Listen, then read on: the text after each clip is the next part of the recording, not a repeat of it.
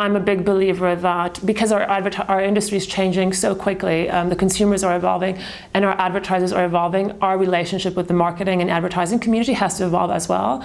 So I want to make sure that our relationships are much more than media buy. I want them to be strategic content relationships. And really there's 4 ways in which advertisers can work with us. So the first one is your traditional media buy and your sponsorship.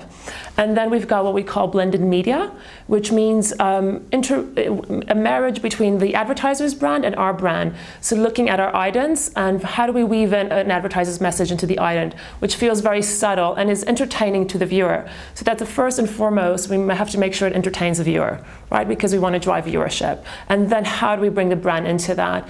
So a good example is in in Romania, we've done something with Stella Artois, where the H logo fills up with bubbles, beer bubbles, and eventually it disappears off the screen, and then you get the Stella Artois. And then it says coming up next. So again, it's very simple, but just a way to stand out. And these days with PVR, people tend to stop where you see the ident. So if you see the ident, you stop, and then you've got the brand message. It's just a really clever and simple way to stand out. So that's one way you can work with us. The second way is customize turnkey solutions, pardon me. And turnkey solutions are all these off-the-shelf ideas that we've got that are themed, that brands can just sponsor, that are really cost-effective. An example would be History's Game Room. So we're leveraging the History brand and the History environment, and we create history graphics that almost play tribute to your traditional games like Tetris, which I really loved. But then within that, you've got a gaming ad. So you mix the modern with kind of the more traditional, and you've got a branded environment where you can advertise your game. And we've got loads of these ideas that are just off-the-shelf, turnkey solutions that are really easy and cost-effective. Again, it's just something different and a way to stand out. Now, the third way to work with us is with bespoke, customized solutions. So really understanding what is the brand, what are the problems they're trying to solve, what is the consumer insight, and then how can we help you understanding the brand's DNA, history's DNA, and finding that common theme and creating some content. We've done something with Hyundai where they wanted us to bring new thinking to life. So we looked at epic moments that really help drive innovation in automotive.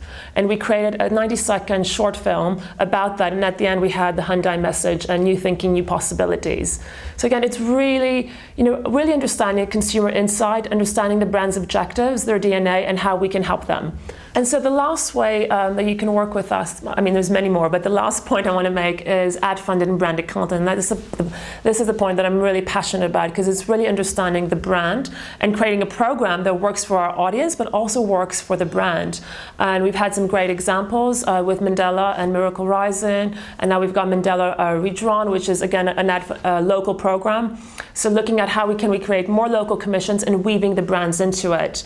In Asia, we created a program called Hidden Cities, which was partly funded by Canon, and that looked at our presenter going to undiscovered cities around Asia, again using Canon photography to take some images, but again the brand was weaved in such a natural way. It didn't disrupt the viewing experience. In fact, it rated really well, and we're going on to second season. So I'm keen to do more and more of that, especially as advertisers want to be part of that entertainment story more and more.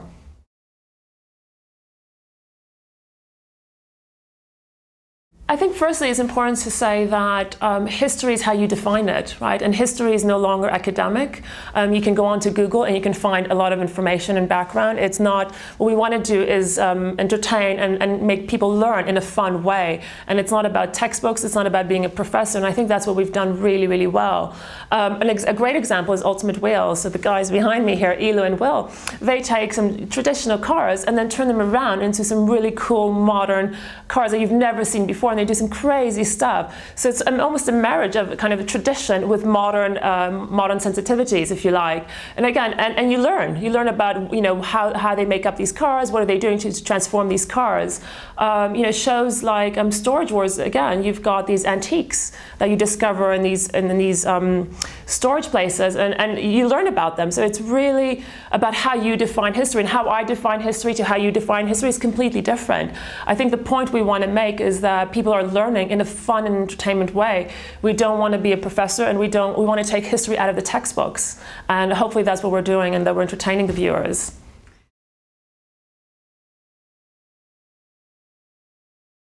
It's becoming slightly younger because of the profile of the shows, and there's more co-viewing, so you get both the men and the women watching shows like Pawn Stars, Ultimate Wheels, and so it becomes much more, not yet an even split, but much more co-viewing, but it is getting younger, and that's great.